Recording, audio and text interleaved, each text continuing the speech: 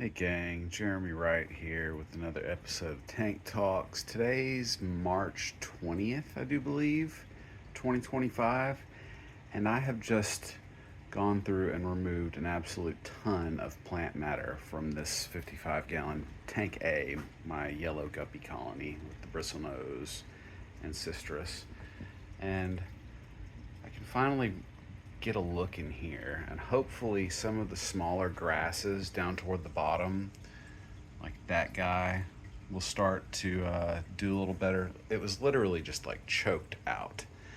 Now, I probably removed a pound of guppy grass, maybe more than a pound of hornwort, and maybe 8 feet of Elidea densa.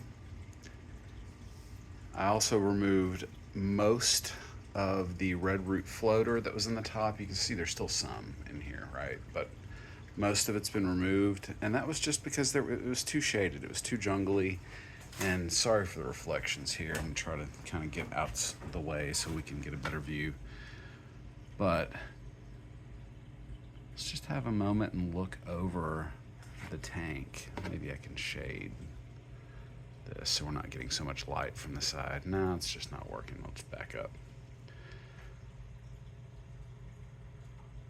So looking at and around and above the tank, I mean, it's doing really well. Normally, that 4-foot shop light would be on. It's evening time right now, so that light's off. It's late enough in the day that also that light is off. And the only two that are on are that's a Domia panel, two Domia panel lights. They sit up there for these guys, right? The begonia, the arrowids, and the zebra tradescantia. And it kind of serves as evening dim light for these guys.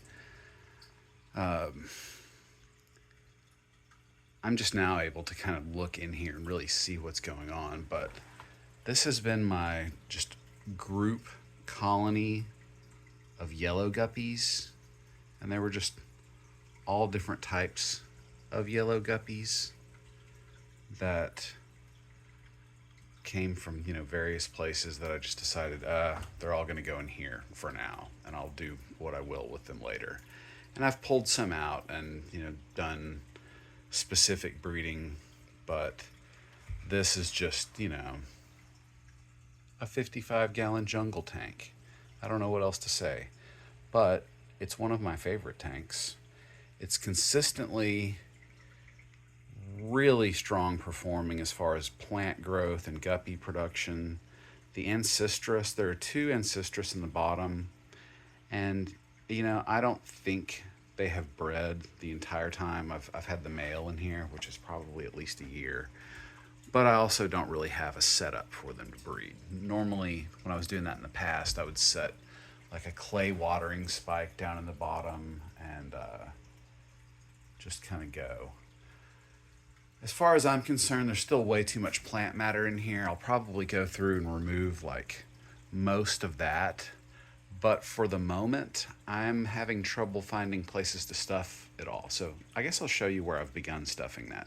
So the first thing I did was come in here to this 37-gallon that I removed a bunch of convicts from about a week ago and put one yellow angel and one goldfish. My daughter just loves the goldfish, whatever. So I put 2 or 3 fairly sizable hornwort plants in here. I did find one hydrilla. Normally I wouldn't even keep hydrilla, but whatever. I'm trying to grow something out. Mirio, that's a, what do we call them? Parrot's feather. A little bit of just regular rotala. That might be orange juice or pink, but it's just a rotala, a rotundifolia. There are also a few, let's see, spiral val, Italian Vallisneria. And towards the back, you can't really see them as well, but I put like 4 plantings of Vigaria densa, Brazilian waterweed, and this tank is jamming along.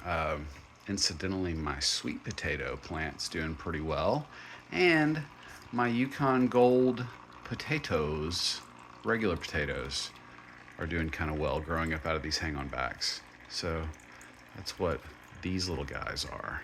So that was kind of interesting. Just busted off some potato eyes and stuck them in there. Otherwise, this tank is just, it's kind of just restarting. So that's what we've got going there, and I'll show you the other tank. All right. So here's where I stuffed some other plants. Look at that. That's just a beautiful, beautiful hornwort specimen. This is the 29-gallon Guppy tank now, where the other convicts came from a week ago. And there are still baby convicts. If you've been following along with what I've got going on, there are about 6 baby convicts in the bottom of here. Well, I said they were in the bottom. At the moment, they're kind of swimming around doing all sorts of things. So, baby guppies, baby convicts, big guppies, and some really good-looking Endoplanorbus ram's horn snails. Just standard, nothing special. They just made their way in here. But this tank was looking really shabby when I broke it down a week ago. Now it's not nearly as shabby. And that's just hornwort. I mean, also I think I did put a little bunch of Vigaria densa toward the back there, so it's growing up. And you can't really see it behind this clump of guppy grass, but it is what it is. So let's go back and look at tank A, the 55. All right, back in here. That's a much better view than what it was. It was just a very dark tank because of all the plant growth. Speaking of dark tanks, the convict tank that I set up last week is jamming. It's nighttime right now, evening, so the lights are off, but yeah, let's look. There are a couple of them out here hanging out. What are you guys doing? Hanging, roving, doing their thing. The guppies, on the other hand, very active at this time of day. They still think it's, late afternoon because of the lighting situation. So that's all good.